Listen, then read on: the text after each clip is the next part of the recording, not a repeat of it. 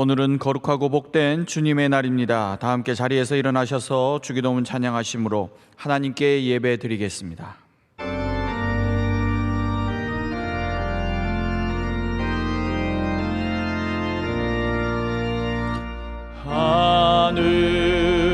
하늘에 계신 아버지 이름 거룩하사 주님 나라 임하시고 뜻이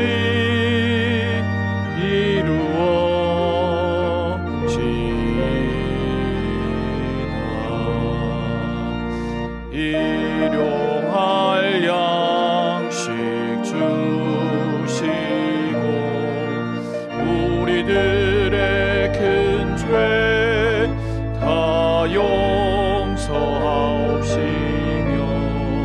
또 시험에 들게 마시고 악에서 구원하소서.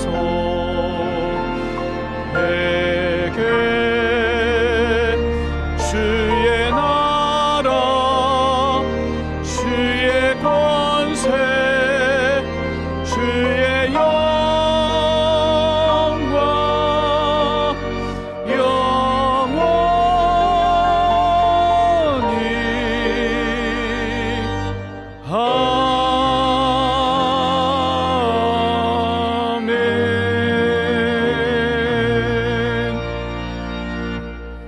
온 땅이여 하나님께 즐거운 소리를 낼지어다. 그의 이름에 합당한 영광을 찬양하고 영화롭게 찬송할지어다.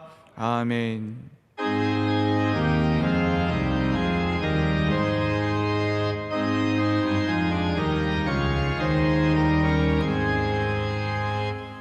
만복의 근원 하나님 온 백성 찬송 드리고 저 천사여 찬송하세. 찬송 성부 성자 성령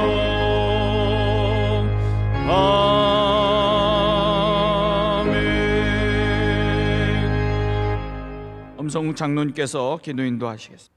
우리의 삶의 주관자 되시는 거룩하신 하나님 아버지, 코로나 위험 속에서도 한 주간을 잘 지내고 귀한 주일을 허락하심에 감사드립니다. 주님의 보혈로 우리의 죄를 용서하셨건만 부족한 저희들은 행함이 없는 믿음 생활과 서로를 미워하며 질시와 반목으로 지어진 우리의 죄와 허물로 인하여 온 나라가 코로나로 수많은 고통을 받고 있습니다. 하나님 아버지, 우리의 죄를 회개하오니 용서하여 주시옵소서.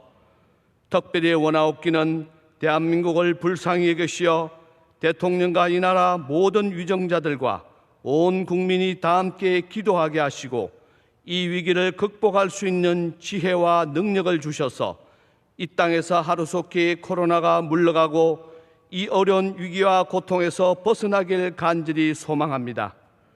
창립 41주년을 맞이한 명성교회는 창립 초기부터 세상에 가장 멀고 힘든 선교 사역지를 묵묵히 감당해 왔습니다. 6.25 전쟁 때 자유 대한민국을 지켜준 지구 반대편 아프리카 에티오피아에 30여 년 전부터 MCM 명성교회를 설립하여 아프리카 복음화와 의료 혜택이 전무한 그들에게 주님의 사랑을 실천하고 있습니다. 지난주 에티오피아 정부로부터 사립병원 최초로 의료계 최고 등급인 종합전문병원으로 승격되었습니다.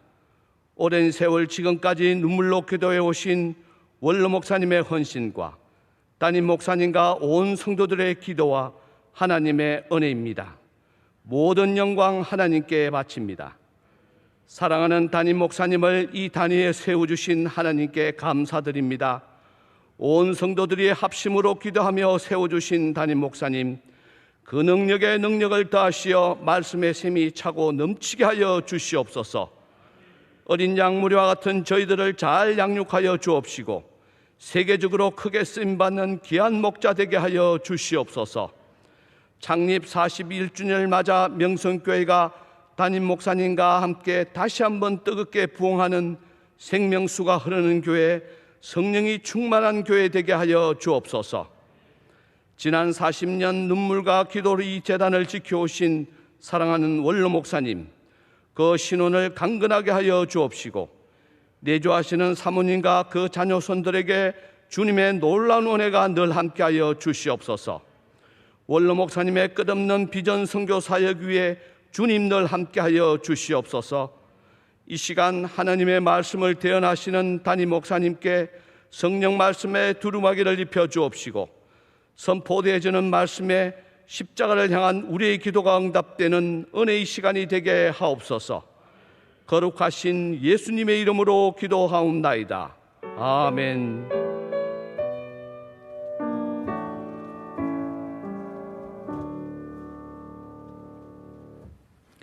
오늘 우리에게 주시는 하나님의 말씀은 신약성경 마가복음 5장 25절에서 34절까지의 말씀입니다. 신약성경 마가복음 5장 25절에서 34절까지의 말씀을 노지환 집사님과 김난경 집사님께서 봉독해 주시겠습니다. 12해를 혈루증으로 알아온 한 여자가 있어 많은 의사에게 많은 괴로움을 받았고 가진 것도 다 합여였으되 아무 효험이 없고 도리어 더 중하여졌던 자에 예수의 소문을 듣고 무리 가운데 끼어 뒤로 와서 그의 손에 손을 대니 이는 내가 그의 옷에만 손을 대어도 구원을 받으리라 생각함일러라. 이에 그의 혈루 근원이 곧 마름에 병이 나은 줄을 몸에 깨달으니라. 예수께서 그 능력이 자기에게서 나간 줄을 곧 스스로 아시고 무리 가운데서 돌이켜 말씀하시되 누가 내 옷에 손을 대었느냐 하시니 제자들이 여짜오되 무리가 여짜와 애워싸 미는 것을 보시며 누가 내게 손을 대었느냐 물으시나이까. 네. 예수께서 이 일 행한 여자를 보려고 둘러보시니 여자가 자기에게 이루어진 일을 알고 두려워하여 떨며 와서 그 앞에 엎드려 모든 사실을 여쭈니 예수께서 이르시되 딸아 내 믿음이 너를 구원하였으니 평안히 가라. 내 병에서 놓여 건강할지어다. 아멘.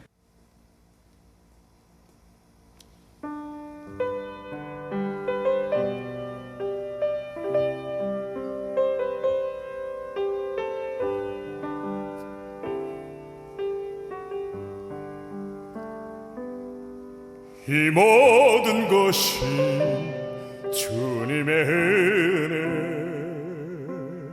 이 모든 것이 은혜라네. 이 모든 것이 주의 은혜라네.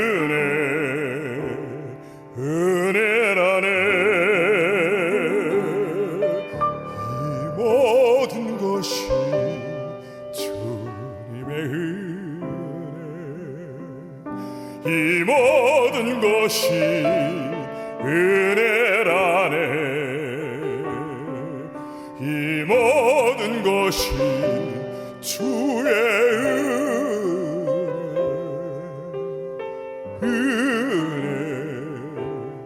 은혜라네.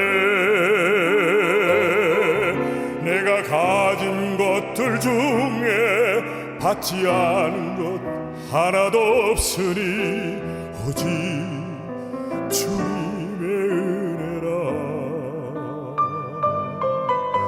이 은혜를 깨달음도 모두 주님께 있으니 이 모든 것이 주님의 선물, 이 모든 것이 주님의 은혜, 이 모든 것이 은혜라네. 이 모든 것이 주의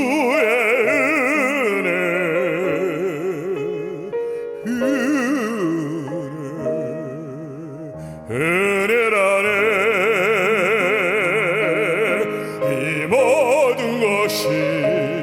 주의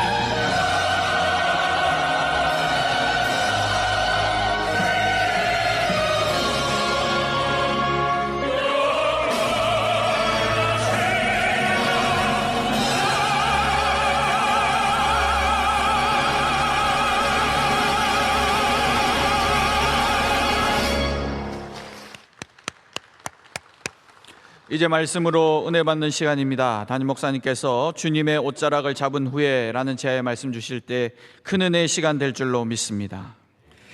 네, 우리 우주호 집사님의 귀한 특순과 또 우리 찬양대의 찬양 하나님께서 큰 영광 받으신 줄로 믿습니다. 우리에게도 은혜가 되었습니다. 한 8살짜리 아이가 있었는데 이 아이는 심장에 구멍이 2개나 나 있었고 아이가 점점 약해져 갔습니다. 수술 날짜를 잡았는데 아이가 이제 자기가 몸이 굉장히 약한 것을 스스로 알고 자기가 죽을 거를 예상을 하고 이미 이제 장난감을 친구들한테 나눠줬다고 해요. 그러면서 아빠에게 물었습니다. 아빠, 나 이제 죽는 거예요 라고 물었습니다. 그리고 이 아이가 신앙이 있어서 또 아빠에게 물었습니다. 아빠, 근데 예수님이 고쳐줄 수 있으세요? 라고 이렇게 물었다고 합니다. 굉장히 마음이 아팠죠. 그래서 내가 나중에 얘기해 줄게 라고 해서 아빠가 한참 고민을 하다가 며칠 뒤에 빌립보서 4장 13절 말씀을 읽어줬다고 합니다. 내게 능력 주시는 자 안에서 내가 모든 것을 할 수 있느니라.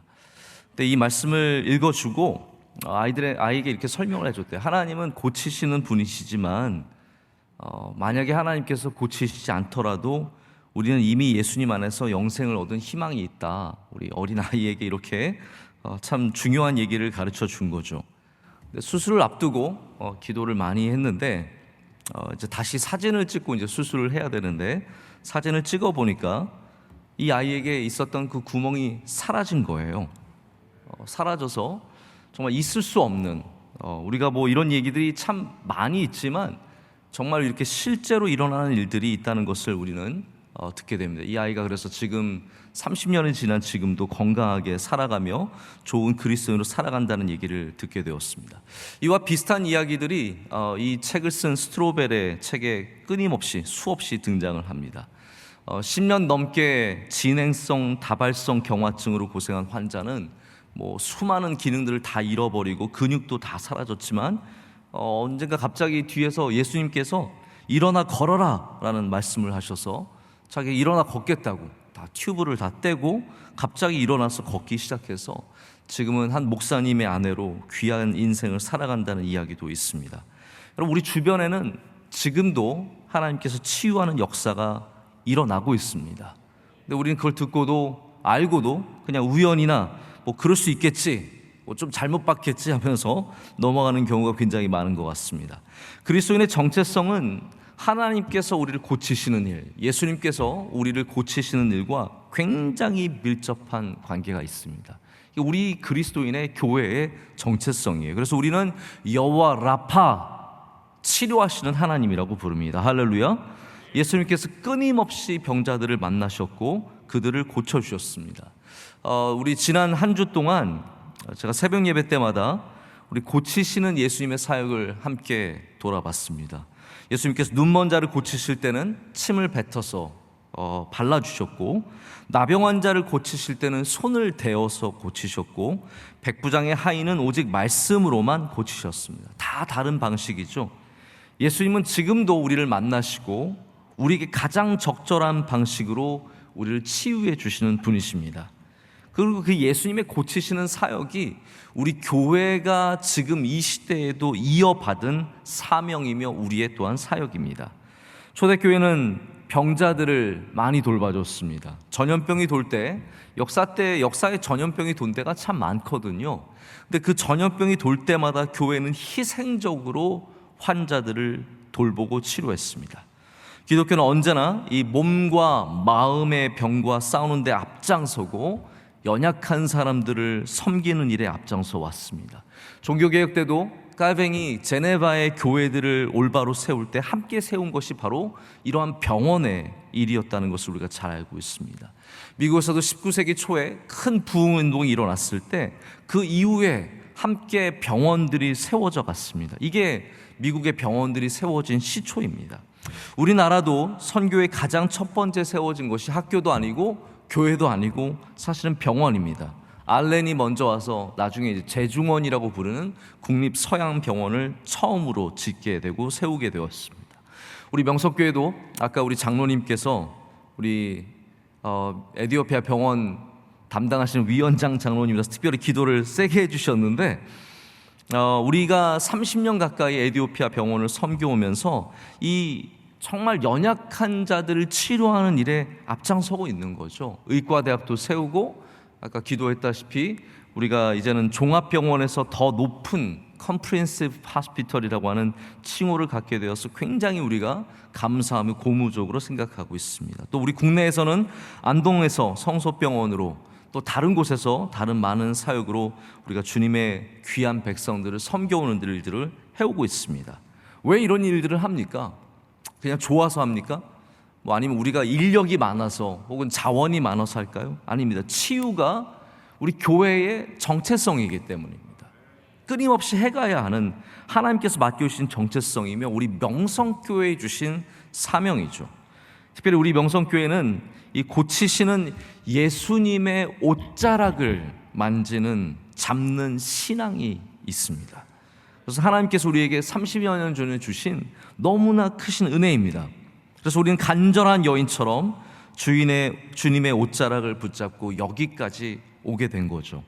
97년 7월 6일 날 원로 목사님께서 주님의 옷자락을 만집니다라는 제목으로 첫 번째, 오늘 똑같은 본문이죠, 이 말씀을 전해 주셨고, 2009년 6월 14일에 주님 옷을 잡으세요라는 제목으로 또 똑같은 본문으로 말씀하셨고, 2011년 6월 12일 날 그의 옷을 잡을 때라는 제목으로 말씀하셨고, 2017년 9월 17일 예수님의 옷자락, 그리고 불과 작년 한 해 전에 2000년도 7월 5일에 주님의 옷자락이라는 제목으로 말씀을 전해 주셨습니다.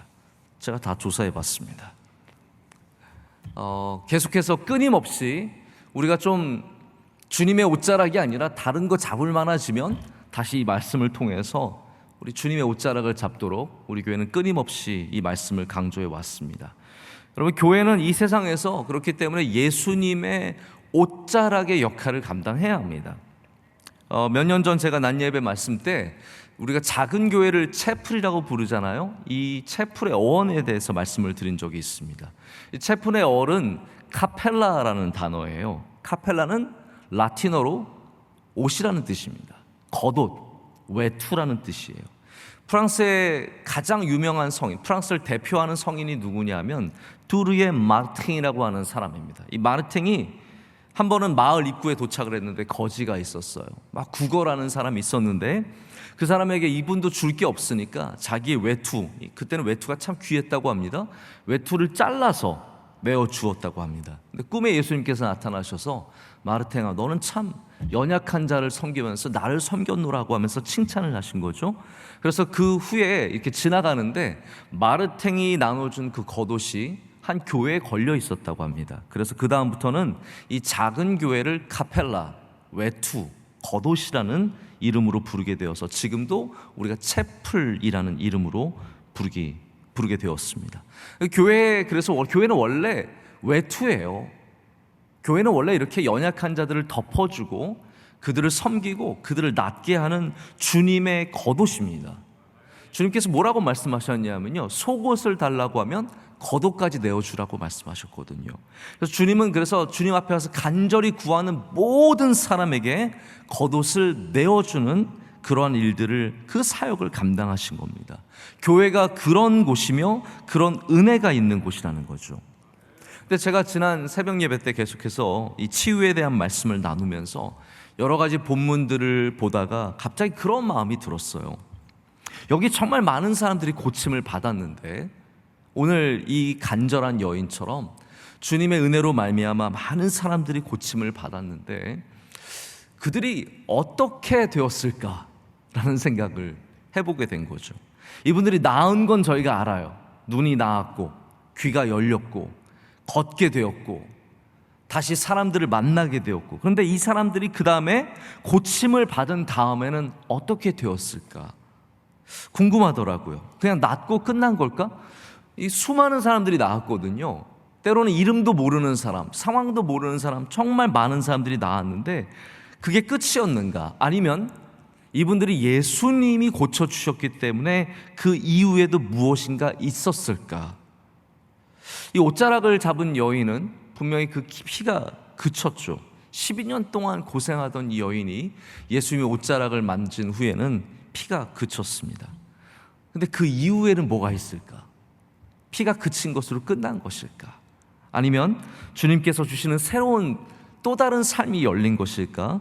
제가 굉장히 궁금했고 거기에 대해서 생각해 보기를 원했습니다. 그래서 오늘은 여러분과 함께 우리 원로 목사님의 말씀에 이어서 주님의 옷자락을 잡은 후를 좀 한번 말씀을 통해서 생각해 보고 은혜를 나누기를 원합니다. 예수님께서 항상 고치신 다음에 가라라고 말씀하신 걸 여러분 혹시 아십니까?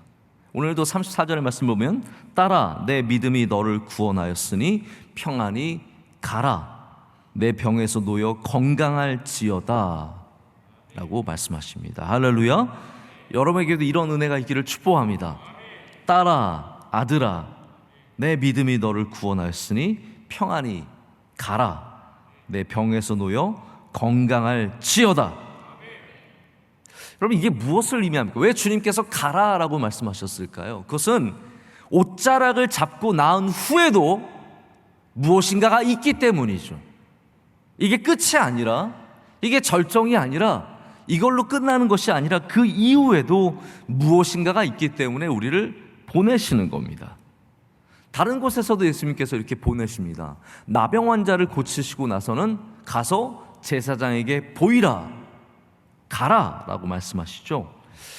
바로 전에 이제 또 이 마가복음에 바로 전장에 어떤 내용이 나오냐면 거라사에서 예수님께서 군대 귀신을 내쫓으시고 그 사람을 보내시는 장면이 나와요. 거기도 어떤 말씀이 나오냐면 집으로 돌아가 주께서 내게 어떻게 큰 일을 행하사 너를 불쌍히 여기신 것을 내 가족에게 알리라고 말씀을 하십니다. 그러니까 단 한 명도 병이 낫고 끝난 사람이 없습니다. 단 한 명도 병이 나은 것으로 모든 은혜가 끝나는 사람이 없습니다. 예수님의 은혜는 병이 낫는 것과 함께 시작되는 것이죠. 병이 낫는 것이 끝이 아니라 시작이었다는 거예요. 그래서 주님은 그들을 보내셔서 그들의 삶의 자리로 보내셔서 주님이 주시는 일들을 하게 하십니다. 나음 이후에 무엇이 있었느냐? 첫 번째가 그래서 연결성이 있는 거예요. 보내십니다. 지금까지 못했던 모든 것을 다시 할 수 있는 삶의 자리로 보내셨습니다. 나병 환자들은 나음으로 말미암아 가족들과 연결되는 거예요. 그 끊겼던 모든 것들이 다시 연결되는 은혜를 누립니다. 가족들과 연결되고 친구들과 연결되고 회당과 연결되고 교회와 연결되고 그들이 꿈꾸던 일들과 다시 연결이 되는 겁니다. 오늘 이 여자는 혈루병이라고 하는 피가 흐르는 병이죠. 우리는 정확하게 어떤 병인지 모르지만 어쨌든 피와 관계된 병입니다. 이게 나병처럼 심각한 병은 아니지만 철저하게 분리를 요구하는 그러한 질병입니다.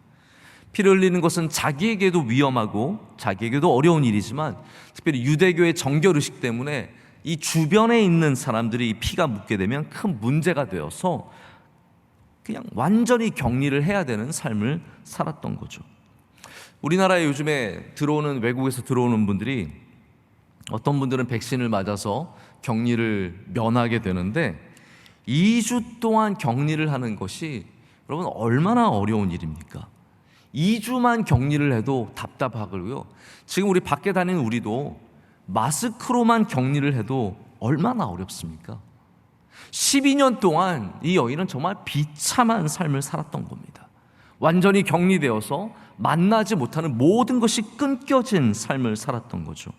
근데 그런 인생을 살았던 여인이 예수님을 말미암아 모든 것이 매었던 모든 것이 끊겨지고 다시 그의 귀한 삶과 연결되는 것을 보게 됩니다. 이제는 마스크를 벗고 이제는 누구와도 만날 수 있고 누구와도 악수할 수 있고 누구와도 살을 부빌 수 있고 함께 먹고 잘 수 있다는 것이 여러분 얼마나 큰 은혜입니까? 지금 여인이 그것을 누리게 되는 거거든요. 기독교는 연결의 종교입니다. 할렐루야. 기독교는 연결의 종교입니다. 예수님 우리를 낫게 하시고 우리로 하여금 좋은 것들과 연결되게 하십니다. 먼저는 예수 그리스도와 다시 연결되게 하십니다. 우리 주님 없이는 우리의 삶에 아무 의미가 없습니다. 주님과 연결된 삶에 능력이 있고 힘이 있고 소망이 있습니다. 그리고 그 연결의 힘은 계속해서 우리로 하여금 본질적으로 좋은 것들과 다시 연결되게 합니다. 사도행전에서 베드로와 요한이 성전 앞에서 걷지 못하던 사람을 만납니다. 은과 금은 내게 없거니와 내게 있는 것으로 내게 주노니 일어나 걸으라 라고 말하죠. 할렐루야.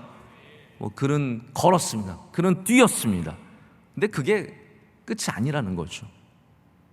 걷고 뛴 것으로 끝이 아니라 그가 잃어버렸던 연결성, 그는 아무 데도 갈 수 없었습니다. 38년 된 병자처럼 아무 데도 갈 수 없는, 누가 움직여줘야만 갈 수 있는 인생들이었죠. 그러나 그는 걷기 시작하면서 자유를 누리고 그가 갈 수 있는 곳으로 다 가게 되었습니다. 그가 전에는 장애로 말미암아 들어가지 못했던 모든 흠 있는 것들은 성전 안으로 들어가지 못하죠. 그러나 그는 이제는 걸음으로 말미암아 성전 안으로 가까이 들어가게 되었습니다. 여러분, 주님은 우리가 나음으로 말미암아 좋은 것을 가까이 하게 하는 은혜를 허락해 주시는 겁니다. 자, 반대로 한번 좀 생각해 볼까요? 반대로 말하자면 나음을 얻고도 나쁜 것과 다시 연결되는 것은 결국 그 나음을 잃어버리게 할 수 있다는 것이죠. 나음을 얻은 우리는 좋은 것과 연결이 되어야 합니다. 나쁜 것들은 멀리해야 합니다. 나쁜 것들은 오히려 끊어야 합니다. 이 혈루병 걸렸던 여인은 한 번 딱 예수님의 겉옷을 만졌는데 영원토록 예수님과 연결되었습니다. 삭개오가 딱 한 번 예수님을 자기 집에 모셨는데 자기가 영원토록 주님 안에 거하는 삶을 살게 되었습니다. 여러분, 오늘도 예수님께서 건강하라고 말씀하시거든요. 건강이 어떠한 의미입니까? 건강이 여러 가지 의미가 있겠지만 머리끝부터 발끝까지 잘 연결된 거 아닙니까? 끊어진 것이 하나도 없이 모든 것들이 잘 연결된 것이 건강이거든요. 이 흐름이 좋은 것, 건강한 신앙도 마찬가지입니다. 건강한 신앙은 이렇게 예수님으로 말미암아 사회와 잘 연결되고 가정과 잘 연결되고 직장과 잘 연결되고 내가 가진 좋은 것들과 잘 연결되는 것이 건강한 신앙의 특징입니다. 우리가 예수님의 옷자락을 만진 후에, 나음을 얻은 후에 어떠한 삶이 시작되어야 합니까? 건강한 연결이 시작되는 그런 삶이 시작되어야 합니다. 우리 삶에 이러한 좋은 연결성이 있기를 간절히 소망합니다. 두 번째는 나음은 나음의 사명을 갖게 한다는 것이죠. 나은 사람은 나았기 때문에 갖게 되는 사명이 있다라는 말입니다. 우리나라도 지금 중독의 문제가 굉장히 심각하다고 합니다. 제가 숫자를 일일이 언급하지 않겠지만 이 각종 중독이 우리 가정을 파괴하고 한 개인을 파괴할 뿐만 아니라 사회적으로도 어마어마한 손실이 있는 겁니다. 얼마나 많은 문제들이 일어나는지 모릅니다. 이게 실제 이야기인데요. 미국에서 요즘에 남자들이, 청년들이 일을 시작하는 연령대가 점점 늦어지고 있대요. 미국은 비교적 일을 일찍 시작하거든요. 군대를 안 가잖아요. 대학교만 졸업하면 만 22살에 다 직장 생활을 시작하고 일찍 일을 시작합니다. 게다가 아르바이트까지 따지자면 정말 일찍 연령대에 시작을 하는데 이게 늦어진대요. 근데 이유를 찾아본 거, 연구를 해본 거, 왜 연령대가 점점 늦어지고 있는가? 근데 그게 별 이유가 아니에요. 남자들 이야기인데요. 게임 때문이래요. 게임 때문에. 게임이 너무 재밌어서 게임하다가 일하기 싫은 거예요. 그래서 이 아이들이 점점 이 졸업하는 연령대도 늦어지고 있으면서 일하는 연령대도 늦어진다고 합니다. 여러분, 우리나라에도 지금 이러한 게임뿐만이 아니라 수많은 중독의 문제가 우리 사회에 영향을 미치고 있습니다. 교회에도 영향을 미치고 있습니다. 20세기 초에 이런 중독의 문제를 해결하기 위해서 미국에서 시작된 것이 그 유명한 익명의 알코올 중독자 모임이라고 하죠. Alcoholics Anonymous라고 하는 AA라고 부르는 그러한 단체입니다. 영화 같은 데 보면은요, 이렇게 교회 지하 같은 데서 사람들이 뺑 둘러 앉아서 서로 자기의 어려움을 이야기하는, 자기를 먼저 소개하죠. 안녕하세요, 제 이름은 데이빗이에요. 저는 알코올 중독자입니다. 꼭 그렇게 시작해요. 저는 알코올 중독자입니다. 아니면 알코올 중독에서 헤어난 사람이 거기에 멘토로 가게 되면, 안녕하세요, 저는 데이빗입니다. 저는 알코올을 끊은 지 365일 되었습니다. 딱 이렇게 정확하게 얘기함으로써 자기가 알코올 중독자인지 깨끗해졌는지를 이야기하면서 하는 그룹이 있습니다. 이 그룹이 정말 수많은 중독자를 치료한 그러한 굉장히 훌륭한 그룹인데, 이걸 만드신 분이 롤랜드라고 하는 분이에요. 자신도 알코올 중독자였어요. 이걸 해결해 보고자 유럽까지 가게 됩니다. 근데 거기에서 옥스포드 그룹이라는 단체를 만나게 돼요. 여기서 큰 변화를 경험하게 되고, 이 옥스포드의 그룹이 갖고 있는 시스템을 가지고 와서 AA를 시작하게 됩니다. 근데 이 옥스포드 그룹이 갖고 있는 신앙의 원리가 6가지인데 이게 정말 중요한 거예요. 그래서 AA, 이 알코올 중독자 모임도 원리를 보면 굉장히 신앙적입니다. 하나님만이 나를 도와줄 수 있다는 것이 그들의 고백이에요. 이게 알코올 중독을 해결하는 문제를 여기서 제시해 줍니다. 옥스포드 그룹의 신앙의 원리 6가지가 뭐냐면, 제가 이걸 읽으면서 이거 거의 칼빈주의와 똑같다는 생각을 가졌는데요. 첫 번째가 사람은 모두가 죄인이다. 두 번째가 사람은 변화될 수 있다. 세 번째, 변화받기 위해서 우선적으로 요구되는 것은 죄의 고백이다. 네 번째, 변화된 영혼은 직접적으로 하나님께 나아갈 수 있다. 다섯 번째, 기적의 시대가 도래하였다. 여섯 번째, 저는 이 부분이 감동이 되었거든요. 다 좋지만 사람은 모두가 죄인이다. 이거 칼뱅의 튤립이라고 부르는 total depravity, 완전한 타락과 똑같은 이야기거든요. 근데 마지막이 제게 굉장히 많은 울림이 되었습니다. 변화된 사람은 다른 사람을 변화시킬 수 있다. 이게 정말 저는 굉장히 뜨겁게 다가왔어요. 제가 가끔 저도 우리 목회를 하면서 정신적으로 어려운 분들, 또 중독의 문제를 갖고 있는 분들을 만나게 되는데, 제일 어려운 게 뭐냐면요, 내가 문제가 있다는 것을 인정하는 게 제일 어렵습니다.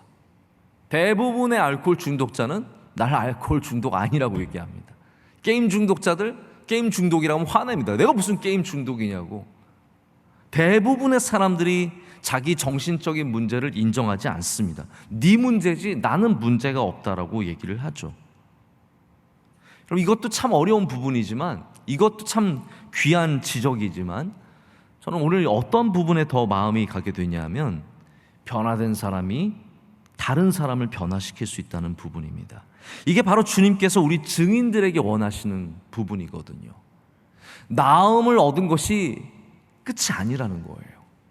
나음을 얻은 자들은 또 누군가를 나음으로 인도할 수 있게 된다는 거죠. 예수님께서 왜 이 수많은 환자들을 고쳐주셨습니까? 그들이 낫고 끝나는 것이 아니라 그들의 인생에 나음을 얻었기 때문에 또 누군가를 그리스도께 인도하여서 그들도 나음을 얻게 하는 것에 있다라는 거죠. 지금 주님은 고쳐주시는 것으로 끝나는 것이 아니라 이 세상에 수많은 주의 사명을 가진 자들을 불러주신다라는 말입니다. 그것을 옥스퍼드 그룹에서는 변화라고 부르고, 우리는 그것을 사명이라고 부를 뿐입니다. 그래서 나음을 얻은 사람들은 나음의 사명을 갖게 됩니다. 요한복음 9장에는 예수님께서 한 눈먼 사람을 고쳐주시는 장면이 나오죠. 가서 실로암에 가서 씻으라. 근데 이 사람이 나중에 어떻게 합니까? 이 사람이 예수님을 전하는데 어마어마한 사명을 갖게 돼요. 지금 자기가 눈이 보이기 시작하면 집에 가서 잘 살면 되는 거잖아요. 보이고 행복하게 잘 살면 끝이잖아요. 근데 그게 아니더라고요. 예수님께서 고쳐주신 사람들은요, 사명을 갖게 돼요. 그래서 이 사람은 가서 집에 가서 난리가 납니다. 저를 고쳐주셨어요. 저 보세요. 이거 누가 하겠습니까? 그래서 바리새인들이 와서 막 추궁하거든요. 이거 절대로 그런 일 아니다. 막 바리새인들이 어마어마하게 비난을 하고 논쟁이 벌어져요. 근데 이 사람이 끝까지 주장하는 게 뭡니까? 하나님이 보낸 사람이 아니면 이렇게 할 수 없다라는 거예요. 이건 하나님이 하신 일이고, 그렇기 때문에 예수 그리스도는 정말로 하나님이 보내신 주님의 아들, 예수 그리스도 메시아라는 것을 이 사람이 증명을 하고 증거를 하고 그렇게 간증을 하고 다니는 거예요. 그 가족들이 어렵기 때문에 너 이거 가서 얘기하지 마라, 조심해라, 그래도 이거 감당할 수가 없는 거예요. 그래서 마침내는 주님 앞에 가서 주님을 믿는다고 고백하고 엎드려 절하며 주님의 제자가 되는 겁니다. 이게 나음을 받는 사람들이 가진 삶의 모습이 된다라는 것이죠. 그런 생각을 해봤습니다. 누가 치유를 받은 사람인가? 지금 누군가를 치유하고 있는 사람, 누군가를 섬기고 있는 사람, 주님을 전하고 있는 사람이 정말로 나음을 받은 사람이라는 것이죠. 그래서 상처가 나으면 사명이 됩니다. 우리 선교사님 자녀들 가운데 선교사가 되기 위해서 꿈꾸며 준비하는 경우가 있습니다. 다 그렇지는 못하죠. 목회자 자녀가 다 목회자가 되는 것도 아니고, 선교사님 자녀가 다 선교사님이 되는 것도 아니고, 그러지 않아도 전혀 문제가 없고 괜찮습니다. 근데 제가 보면 좀 패턴이 있는 것 같아요. 어떤 사람들이 선교사 자녀 중에서 선교사가 되냐면요, 이게 굉장히 아이러니한 부분인데, 정말 고생하면서 큰 아이들이 선교사님이 되는 경우가 굉장히 많은 것 같아요. 제가 얼마 전에, 작년에 주례를 한 커플이 있었는데, 우리 남자가 선교사님 아들이에요. 이 친구는 정글에서 컸어요. 정글 학교를 다녀요. 우리 필리핀 아카데미 제가 몇 번 가봐서 아는데, 선교사 아카데미잖아요. 선교사 자녀 학교인데, 거기에 보면은 한국말을 못하는 아이들이 있어요. 그래서 아니, 선교사님 자녀가 한국말을 못하다니. 알고 보면은 이 아이들이 대부분 정글에서 자랐어요. 정글에서 자라가지고 정말 고생하면서 자라서 오히려 굉장히 그러한 한국말이라든지 이런 거에 노출되질 못해서 굉장히 제한되고 고생하면서 크는 아이들이 있거든요. 이 청년도 어려운 곳에서 힘들게 컸어요. 근데 그러고 끝난 게 아니라, 그리고 나서 더 자기가 선교사가 되어야 했다는 사명을 갖게 돼서 신학교를 졸업하고 지금 선교사를 소망하는 자매를 만나서 결혼한 다음에 함께 선교사로 갈 것을 준비를 하게 된 것을 보게 되었습니다. 이상하지 않습니까?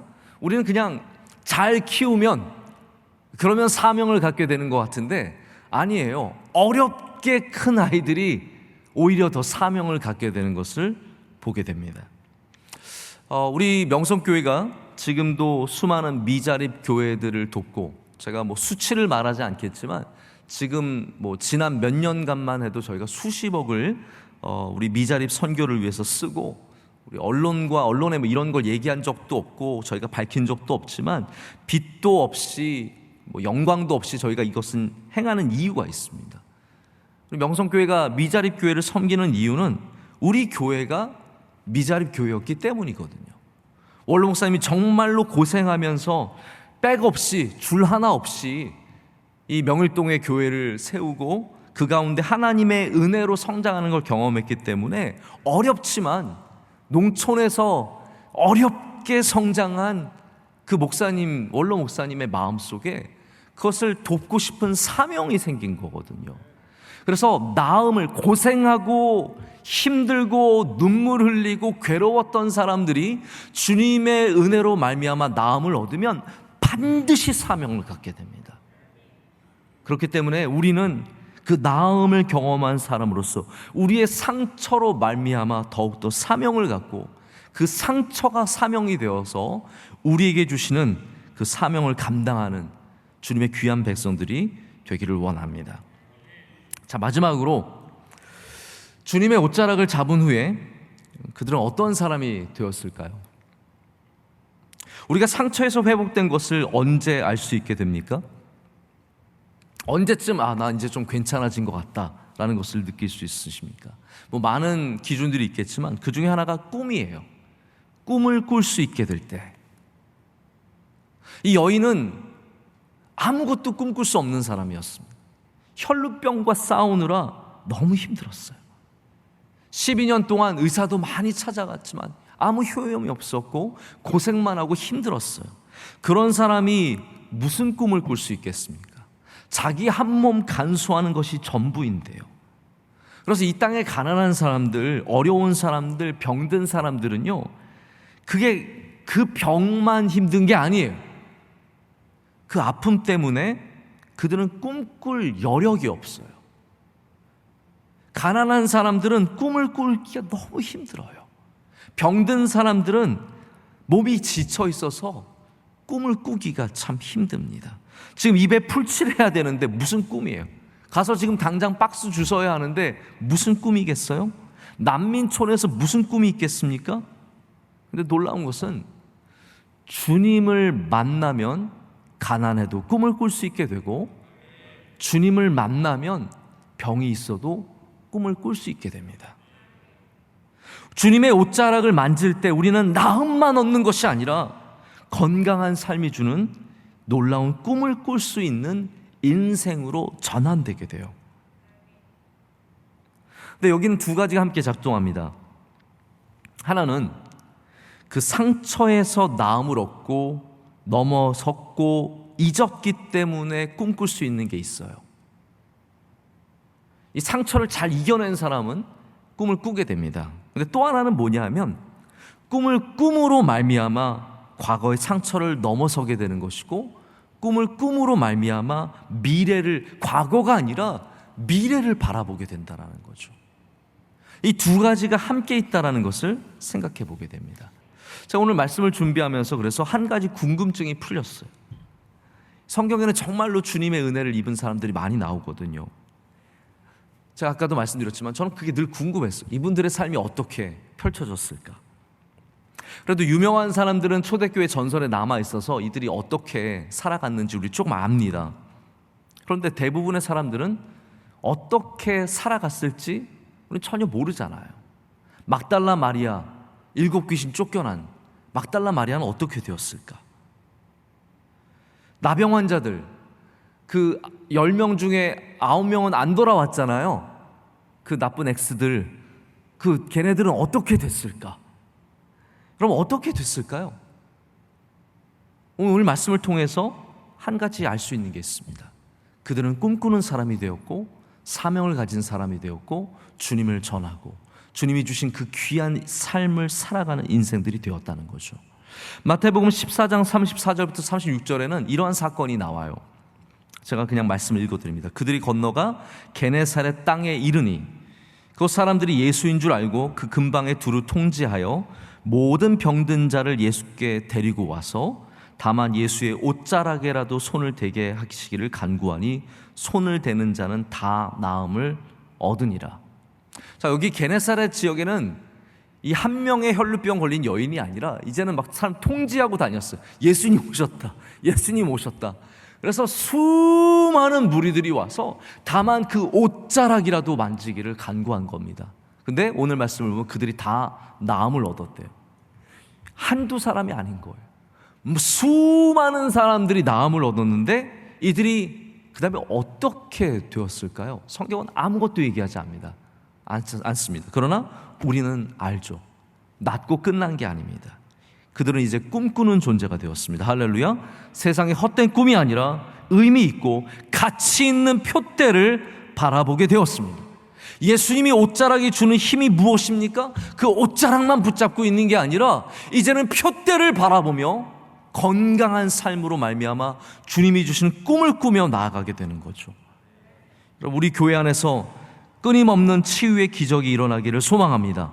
또한 우리가 겉옷이 되어서 많은 사람들을 예수님께로 인도할 뿐만 아니라 많은 사람들을 돌보며 치유하는 교회가 되기를 소망합니다. 그리고 나음을 얻는 사람들마다 우리 모든 주님의 백성들이 이제는 삶에서 건강함으로 사명을 감당하며 이제는 놀라운 꿈을 꾸는 복된 인생들이 되기를 간절히 바라고 원하고 기도합니다. 함께 기도하시겠습니다.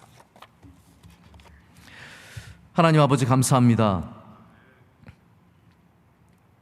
우리는 간절한 여인처럼 주님의 옷자락을 잡으며 여기까지 왔습니다. 하나님, 우리 명성교회 주신 지난 41년 동안 주신 은혜가 크고 놀랍습니다. 하나님께 모든 감사와 영광을 올려드립니다. 하나님, 우리 모두가 이 옷자락을 놓지 않게 하여 주시옵소서. 세상에 헛된 것을 잡지 않게 하여 주시오며 주님의 옷자락을 잡고 끝까지 그 잡은 옷자락을 놓치지 않는 승리하는 인생이 되게 하여 주시옵소서. 하나님 또한 우리에게 그 옷자락을 잡은 후에도 함께 하여 주셔서 더욱더 큰 사명을 갖게 하여 주시며 꿈을 꾸게 하셔서 앞으로의 삶이 더욱더 복되며 주님께 영광 올려드리는 삶이 될 줄로 믿습니다. 우리를 사랑하시고 우리를 가까이 부르시는 예수 그리스도의 이름으로 기도드립니다. 아멘. 말씀에 큰 은혜를 받았습니다. 이제 찬송가 283장 부르시면서 각 처소에서 준비하신 예물을 하나님께 봉헌하겠습니다.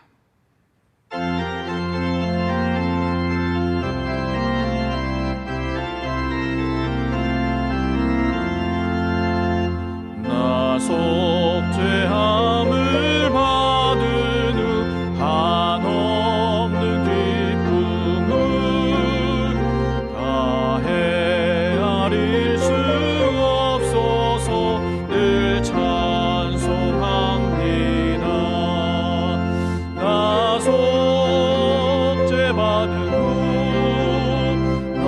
속죄받은 후 주를 찬미하겠네. 나 속죄받은 후 주의 이름 찬미하겠네. 나 속죄함을 받은 후 내 마음이 새로워 주 뜻을 준행하면서 죄 길을 버리네. 나 속죄받은 후 주를 찬미하겠네. 나 속죄받은 후 주의 이름 찬미하겠네. 나 속죄함을 받은 후 성령이 오셔서 하나님 녀된 것을 곧 증언합니다.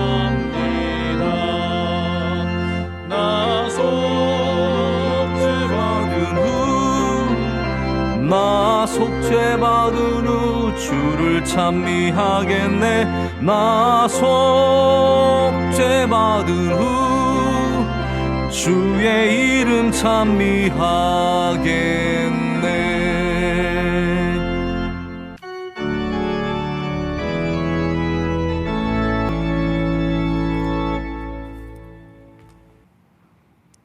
하나님 아버지,